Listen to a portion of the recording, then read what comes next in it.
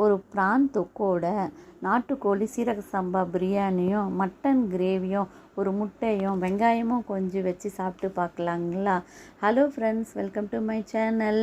ஆமாங்க, இன்றைக்கி ப்ரான் தொக்கு தாங்க பார்க்க போகிறோம். அந்த பாருங்க, ப்ரானுக்கு செய்ய எல்லாமே ரெடி பண்ணி வச்சுட்டேங்க. வெங்காயம், தக்காளி, கருவேப்பிலை, கொத்தமல்லி, பச்சை மிளகா, ப்ரானும் ரெடிங்க.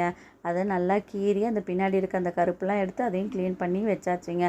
நான் ஆல்ரெடி சிக்கன் பிரியாணியும் நாட்டுக்கோழி பிரியாணியும் மட்டன் கிரேவியும் போட்டிருக்காங்க வீடியோ. அதனால் ப்ரான் தொக்கு தான் போடலை, அதை போட்டிருக்காங்க. ஒரு வாணலியில் ஒரு 2 ஸ்பூன் எண்ணெய் ஊற்றிட்டு பட்டை, பச்சை மிளகாய் எல்லாம் போட்டு நல்லா வதக்கினோடனே வெங்காயமும் போட்டு நல்லா வதக்கி எடுக்கணுங்க. அது கொஞ்சம் நல்லா பொன்வரவலாக வந்த உடனே நம்ம தக்காளி போட்டுக்க போகிறோங்க. அது பொன்வரவலாக வந்த உடனே தக்காளியும் போட்டு அதுவும் நல்லா வதங்குற வரையும் வதக்கிக்கிட்டே இருக்கணுங்க. நம்ம கொஞ்சம் உப்பு போட்டுட்டு நல்லா வதக்கி எடுக்கலாங்க. கிரேவி பதத்துக்கு வந்த உடனே நமக்கு பிராணையும் நம்ம போட்டுட்டு அதையும் ஒரு சுழட்டி எடுத்துக்கலாங்க. இது நல்லா வதங்கி வந்துடுச்சு. பிராணையும் போட்டாச்சுங்க. அதுவோட கருவேப்பிலையும் எண்ணெயில் வதக்காமல் அப்படியே பச்சையாகவே போட்டு இதுவோட வதக்கி எடுக்க போகிறேங்க. அது ஒரு வதக்கின உடனே மஞ்சள் தூளும் மிளகாய் தூள் 1 ஸ்பூனும் போட்டுட்டு இஞ்சி பூண்டு பேஸ்ட் 1/2 ஸ்பூன் அதில் போட்டு நல்லா வதக்க போகிறேங்க. மிளகாய் தூள் 1 ஸ்பூனும் போட்டாச்சுங்க. இஞ்சி பூண்டு 1/2 ஸ்பூன் போட்டாச்சுங்க. இதை வதக்கிட்டு மூடி வச்சுனாவே ப்ரான்லேருந்தே நமக்கு தண்ணி வந்துடுங்க.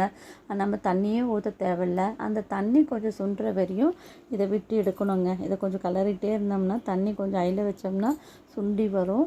அது சுண்டி சொலண்டு வரும்போது கொத்தமல்லி தூவி இறக்குனா போதுங்க. இது பாருங்கள், எல்லாமே அந்த தண்ணியெலாம் இருந்து நல்லா அது அந்த மசாலாவோடு சேர்ந்து ப்ரான் வந்திருக்குங்க. அது கொத்தமல்லி தூவி எடுக்க வேண்டியது தாங்க. இது பாருங்கள், சுவையான மட்டன் தொக்கு ரெடிங்க. இதை நம்ம இன்னும் டீப்பாகவும் ட்ரையாகவும் பண்ணிக்கலாங்க. நான் இது கொஞ்சம் ட்ரையாக தாங்க பண்ணியிருக்கேன். பாருங்கள், ரெடி ஆகிடுச்சு.